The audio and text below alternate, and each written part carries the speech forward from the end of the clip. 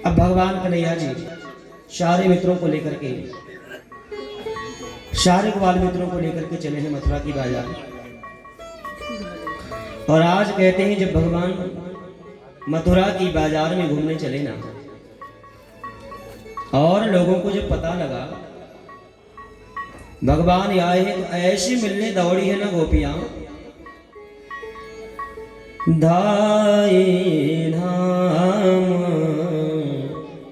काम सब त्यागी, धाये धाम काम सब त्यागी, धाये धाम काम सब त्यागी, मनहु रंग निधि लूटन लागी, मनहु रंग निधि लूटन लागी। श्री कृष्ण गोविंद मुरारी, हे नाथ नारायण वासुदेवा, हे नाथ नारायण वासुदेवा, हे नाथ नारायण वासुदेवा। ऐसे भागी है ना गोपियां जैसे कोई करोड़पति हीरे मोती लुटा रहा हो और गरीब लेने के लिए दौड़ रहे हो, ऐसे भागे। और जाकर के सारी गोपियां दर्शन करती है लाला। और मथुरा की गलियों में जब भगवान और आगे बढ़े हैं, कहते हैं महाराज कंस का एक सेवक रजकं कस्यदायान्तं रंगकारं गदाग्रजा दृष्ट्वा याचतवासांसि धौतान्याद्युतमानि च देहावयो समुचितायं वासांसि चारतो भविष्यति परं श्रेयो दातुस्ते नात्र संशया। महाराज कंस का एक सेवक धोबी रजक रोज महाराज कंस के कपड़े लेकर के जाता है धुल करके। तो पोटली में भैया कंस महाराज के कपड़े लेकर के धोबी जा रहा था। तो भगवान ने कहा मामा, धोबी को मामा कहा। क्यों कहा? मामा गांव का है ना। देखिए हम लोग जाते हैं ना मामा गांव, तो मामा तो एक होता है, पर गांव में जितने भी होते हैं ना, हम सब मामा की उम्र वाले सबको मामा कहते हैं गांव में, मामा गांव। और जो सियाने होते हैं उनको नाना कहते हैं, नाना गांव के, तो सब नाना। तो भगवान भी गए हैं भाई मामा गांव। तो कंस की उम्र का है धोबी ना, तो मामा कहा। अच्छा, भगवान को लगा भाई पोटली में कुछ लेकर के जा रहा है तो कुछ खिलौने बेचने वाला होगा। गांव में आते हैं ना पोटली लेकर के। भगवान को लगा खिलौने वाला होगा। बोले मामा क्या लेकर के जा रहे हो पोटली में? अच्छा, धोबी था कंस का। अकड़ की बात कर, तुम्हें क्या करना इससे? भगवान ने कहा मामा करना कुछ नहीं है, क्या लेके जा रहे हो बताओ तो जरा। कहा इसमें महाराज कंस के कपड़े हैं, धुल करके ले जा रहा हूं। कन्हैया ने कहा हमारे मामा के कपड़े।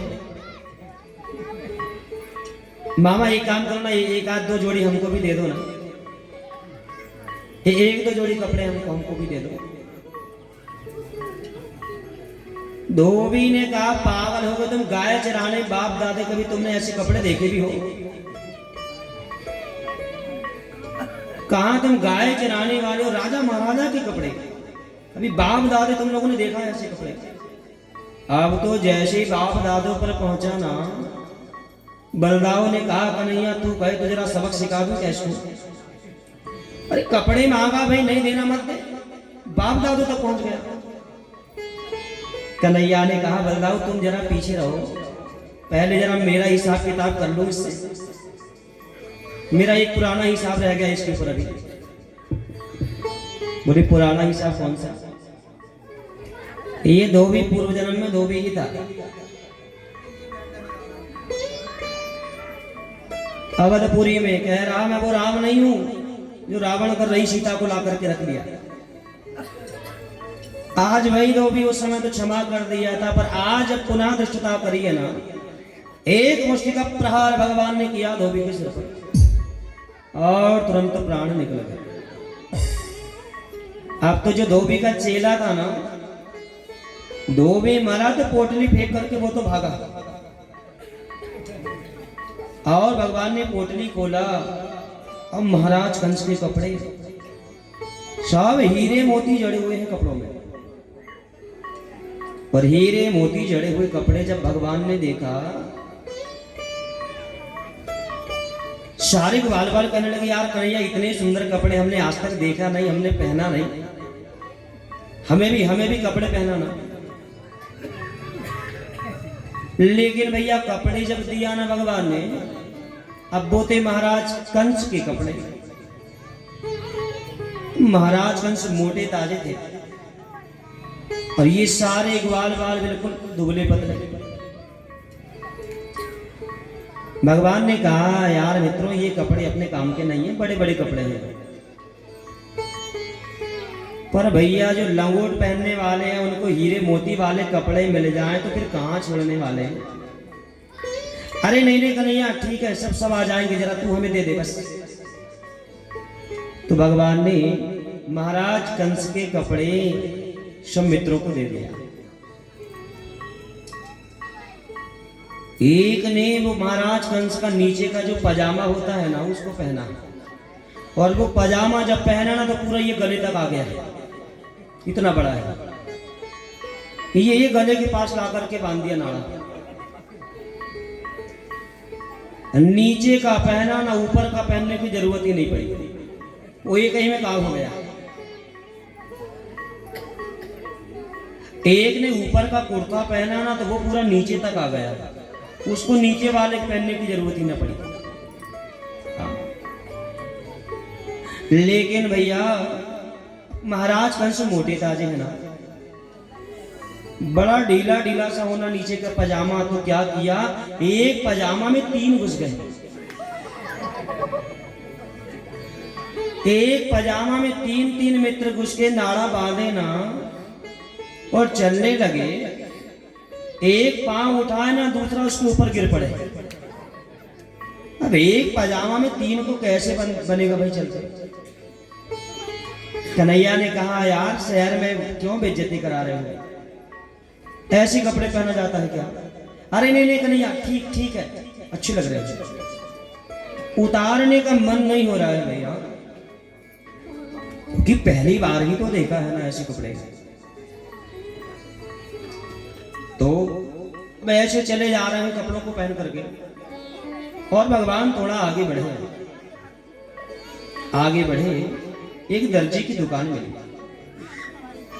अब भगवान कपड़े ऐसे पहन करके चले जा रहे हैं, किसी ने नीचे भर का पहना है, गले में बांधा है नाड़ा, किसी ने ऊपर का पहना है तो पूरी नीचे तक हो गया, पूरी झाड़ू लगते चली जा रही है, पूरी रोड साफ होते जा रही है पजामा कुर्ते में। दर्जी को दया आ गया और बुलाया,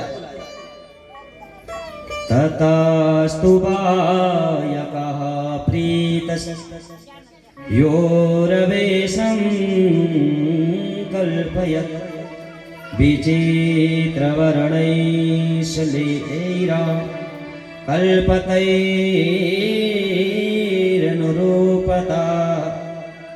नानालक्षणवेशाभ्यां कृष्णरामौ विरेजतो स्वालङ्कृतो बालगजो पर्वणे वसिते तरै। दर्जी ने देखा और दर्जी को दया आ गई ग्वाल वालों पर। बेटे एक काम करो, लाओ ये वस्त्र उतारो, मैं इन्हें काट करके छोटे कर देता हूं। सारे वस्त्रों को उतारा और दर्जी ने नाप करके उन वस्त्रों को काट काट करके सारे मित्रों के नाप के बना दिए। जैसे ही दर्जी ने कृपा करी ग्वाल बालों पर, तो भगवान ने दर्जी पर प्रसन्न होकर के कहा, भैया तुमने मेरे सेवकों की, मेरे मित्रों की सहायता करी है, मैं तुमसे बहुत प्रसन्न हूं। मांगो तुम्हें क्या चाहिए। दर्जी ने कहा, प्रभु मुझे कुछ नहीं चाहिए, आपकी सेवा करने का मौका मिल गया बाबू है ना, और क्या मांगू, मुझे कुछ नहीं चाहिए। और दर्जी ने जब कुछ नहीं मांगा ना, तो भगवान और प्रसन्न हो गए और भगवान ने उसे ऐसी धन संपत्ति दिया जो वंश परंपरा के साथ बढ़ती ही जाएगी। और दूर तक देखने और सुनने की दृष्टि भगवान ने दर्जी को प्रदान करी है।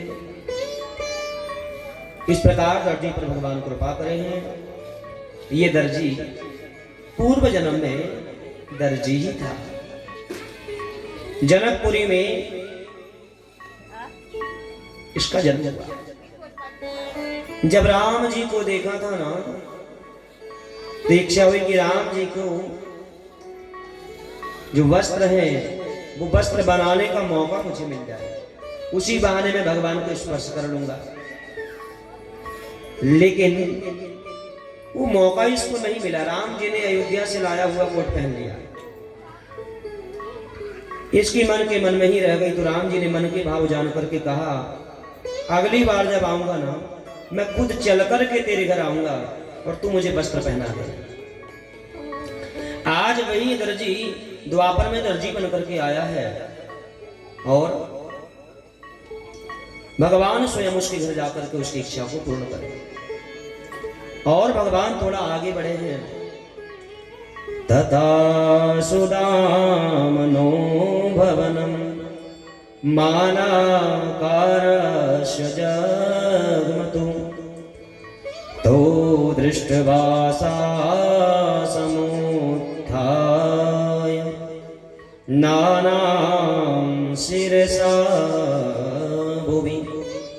थोड़ा और आगे भगवान बढ़े हैं। भगवान का एक सेवक है, नाम है सुदामा, जाति का है माली और बड़ा भक्त है भगवान। रोज हाथों से माला बना करके रखता है, न जाने कब मेरे प्रभु आ जाए, कब प्रभु को माला पहनाने का अवसर मिल जाए। अब ऐसे प्रतीक्षारत है। और आज भगवान ने विनती सुनी और भगवान सुदामा माली के यहां पहुंचे। जैसे ही भगवान को आया हुआ देखा तो सुदामा माली बड़ा प्रसन्न हो गया। फूल माला डाल करके माली ने भगवान पर स्वागत सत्कार किया, भगवान को प्रणाम किया। भगवान प्रसन्न हो गए। माली कहो क्या वरदान तुम्हें चाहिए। माली ने कहा, प्रभु आज खुद स्वयं चल करके मेरे घर आ गए हो, सेवा का मौका दिया, अब और क्या मांगू, इससे बड़ा और क्या होगा। भगवन्तो किल विश्वस्य जगतः कारणं परम् अवतीर्णा विहासेन क्षेमाय च भवाय च। सुदामा ने कहा, प्रभु आपके दर्शन हो गए, आप दोनों की सुहागमन से मेरा जीवन सफल हो गया। हमारा कुल पवित्र हो गया, अब और क्या मांगू बोला? कुछ मेरी कोई इच्छा नहीं। कुछ नहीं मांगा तो भगवान ने बिन मांगे ही धन संपत्ति उसको दिया और कहा समय आने पर तुम्हें मेरे सानिध्य धाम की प्राप्ति होगी और तुम्हारे वंश में कई मेरे भक्त होंगे। ये भगवान वरदान सुदामा को देकर के आगे बढ़े। ये सुदामा माली कौन था? श्री शुकाचार्य जी कह रहे हैं, राजन, पूर्व जन्म में महाराज कुबेर का एक वन था। उस वन का नाम चैत्ररथ वन था। वहां पर एक माली था जो उस वन की देखरेख करता, उसका नाम था हेम माली। ये हेम माली भगवान शंकर का बड़ा भक्त था। रोज भगवान शंकर की सेवा करता है, रोज भगवान का पंचामृत से अभिषेक करता है। और एक दिन भगवान शिव की दर्शन करने की इच्छा से रोज 300 कमल के फूल को चढ़ाने का एक संकल्प किया। जब तक मुझे भगवान शिव दर्शन नहीं देंगे तब तक मैं रोज 300 कमल के फूल भगवान शंकर पर चढ़ाऊंगा। ऐसे ही करते करते 5000 वर्ष बीत गया। नियम नहीं तोड़ा उसने। 5000 वर्ष तक हेम माली ने रोज 300 कमल के फूल भगवान पर चढ़ाया। 5000 वर्ष बाद शिव प्रसन्न हो गए। वरम रोई, वर मांगो, क्या चाहिए? हेम माली ने कहा, प्रभु आपके दर्शन हो गए, मैं कृतार्थ हो गया। अब अगर आप कह ही रहे हो बार बार मांगने के लिए, तो मुझे ये वरदान दे दो। आपके तो मैंने दर्शन कर ही लिया है, एक बार भगवान नारायण के भी दर्शन करने की इच्छा है। आप मुझे ये वरदान दीजिए कि स्वयं चलकर के भगवान मेरे घर आए और मैं भगवान को अपने हाथों से फूल की माला पहना करके स्वागत करूं। शिवा शिव ने वरदान दिया, इस जन्म में तो नहीं, अगले जन्म में तुम्हारी इच्छा पूरी हो जाएगी। द्वापर के अंत में 28वें द्वापर में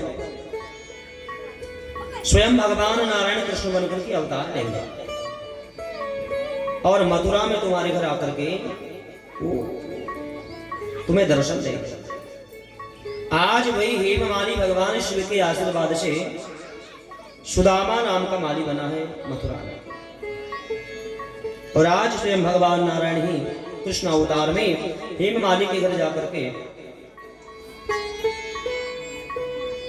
शिव के वरदान को पूर्ण करते हैं। इस प्रकार भगवान सुदामा माली पर कृपा करे हैं और आगे भगवान बढ़े हैं। अथ व्रजन् राजपथे न माधवा स्त्रियं गृहीतांग विलेपभाजनां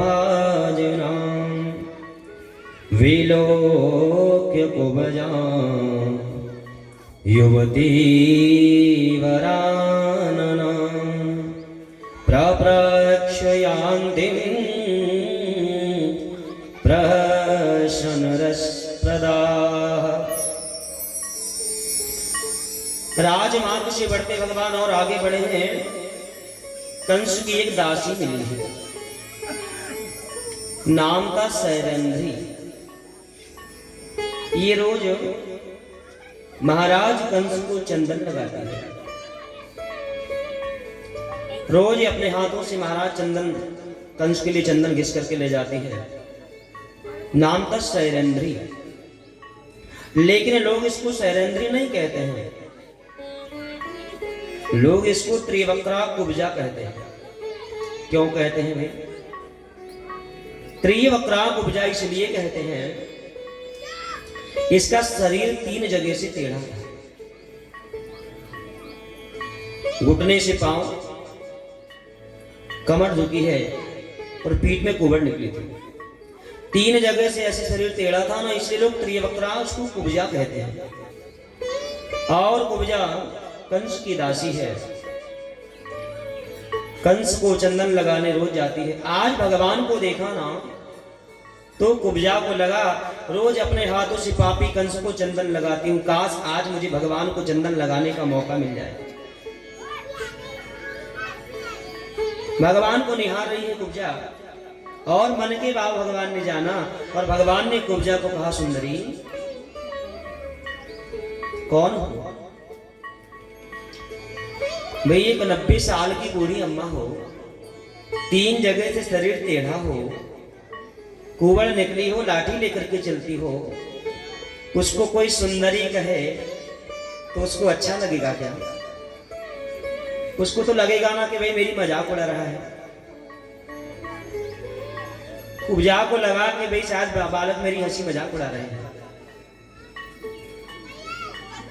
कुब्जा ने कहा कि बालकों तुम मुझे सुंदरी क्यों कह रहे हो, क्यों मजाक उड़ा रहे हो? भगवान ने कहा कि देवी हम तुम्हें मजाक नहीं उड़ा रहे हैं, मैं सत्य कह रहा हूं।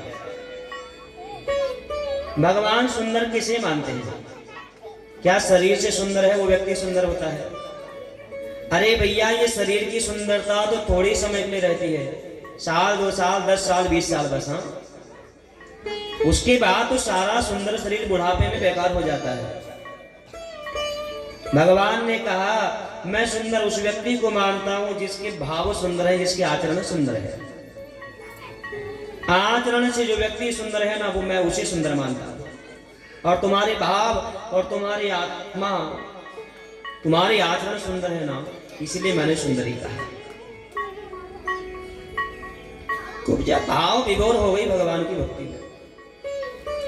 कह दिया ना आज तक पापी कंस को चंदन लगाती थी, आज आप कहो तो मैं आपको लगा दूं क्या? भगवान ने कहा ठीक है लगा दो, हम तो बिना चंदन के 1 मिनट नहीं रहते हैं। और कुब्जा ने भगवान को चंदन लगाया। भगवान कुब्जा को चंदन लगा करके जाने लगे। बलदाऊ को थोड़ा अच्छा नहीं लगा। बलदाऊ ने कहा कन्हैया जिसने कुछ नहीं मांगा उन्होंने सब दिया। फूल माला पहनाने वाले को तुमने दिया, दर्जी को तुमने आशीर्वाद दिया, ये बेचारी बूढ़ी अम्मा इसने चंदन लगाया, इसे कुछ नहीं दोगे क्या?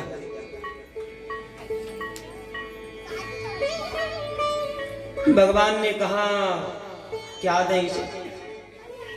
अरे वो जो मांगे उसको वो दे दो। भगवान ने कहा देवी क्या चाहिए तुम्हें? कुब्जा ने कहा मुझे कुछ नहीं चाहिए। और कुब्जा ने भी कुछ नहीं मांगा ना तो भगवान ने क्या किया, एक पांव कुब्जा के पांव के ऊपर रखा, हाथ से गर्दन पर जो एक जोर का झटका लगाया, जो 3 जगह से टेढ़ा शरीर था ना एकदम सीधा हो गया। और इतना सुंदर स्वरूप भगवान ने कुब्जा को दे दिया। कामदेव की पत्नी रति भी जिसके सामने फीकी लग रही है, इतना सुंदर स्वरूप भगवान ने कुब्जा को दे दिया। और जब सुंदर शरीर पाया ना कुब्जा ने तो कहते हैं कुब्जा के मन में काम भाव आ गया भगवान को देख करके। और कुब्जा कहने लगी प्रभु आपने सुंदर शरीर दे दिया, मेरी एक इच्छा और है। भगवान ने कहा जब पहले कह रहा था मांग कुछ तब तो कह रही थी कुछ नहीं चाहिए, अब जब दे दिया तुम्हें बिना मांगे सुंदर शरीर, अब और क्या मांगना है तुम्हें? कुब्जा ने कहा ना मैं आपके साथ में रहना चाहती हूं।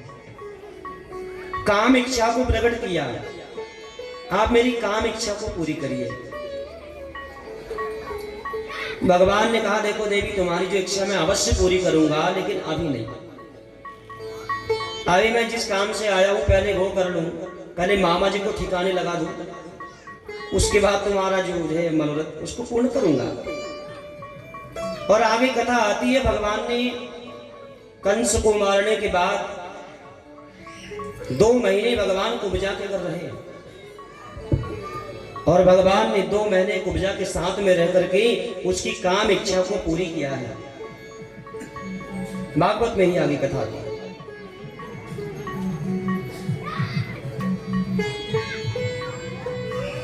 ऐसे भगवान ने कुब्जा पर कृपा की। परीक्षित जी प्रश्न कर रहे हैं गुरुदेव ये कुब्जा कौन थी? और भगवान एक पराई स्त्री के साथ रह करके बिना विवाह के 2 महीने उसका संग करे, साथ में रहे, तो ये मुझे थोड़ा समझ नहीं आ रहा है। एक पराई स्त्री के संग भगवान 2 महीने रहे, तो काम इच्छा को भी पूरी किया। ये भगवान ने क्यों किया? सुखदेव जी कहने लगे, राजन सुनो, पूर्व समय की बात है,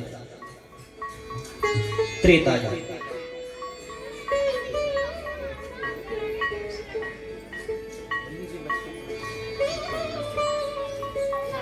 सुखदेव जी कह रहे हैं, राजा त्रेता की बात है, लंका में एक राजा है रावण, उसकी एक बहन, उस बहन का नाम था ब्रजमणि। रावण की बहन ब्रजमणि बहुत सुंदर थी, लेकिन लोग इसको ब्रजमणि नहीं कहते हैं। क्यों? लोग इसको कहते हैं सूर्पनखा। उसका सही नाम था ब्रजमणि, पर लोग सूर्पनखा कहते हैं। क्यों कहते हैं? क्योंकि ये नाखून कभी काटती ही नहीं थी। हाथ के नाखून और पैरों के नाखून को कभी काटा नहीं करती थी। उसके हाथों के नाखून बड़े बड़े सूपे के समान हो गए थे। सूप के समान नाखून होने के कारण लोग इसको सूर्पनखा कहते थे। सूप के समान नख जिसके, वह सूर्पनखा। आजकल मेरी बहनें भी बड़े बड़े नाखून बढ़ाती हैं।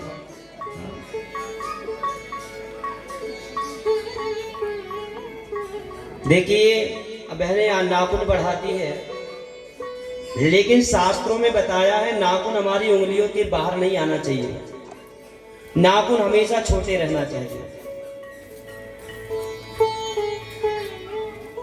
क्योंकि नाखून का पानी अगर हमारे भोजन में जाता है, कई बीमारियां उससे होती हैं। और नाखून जब ज्यादा बड़े होते हैं तो बराबर सफाई नहीं हो पाती, गंदगी होती है, फिर वही भोजन के माध्यम से शरीर में जाती है।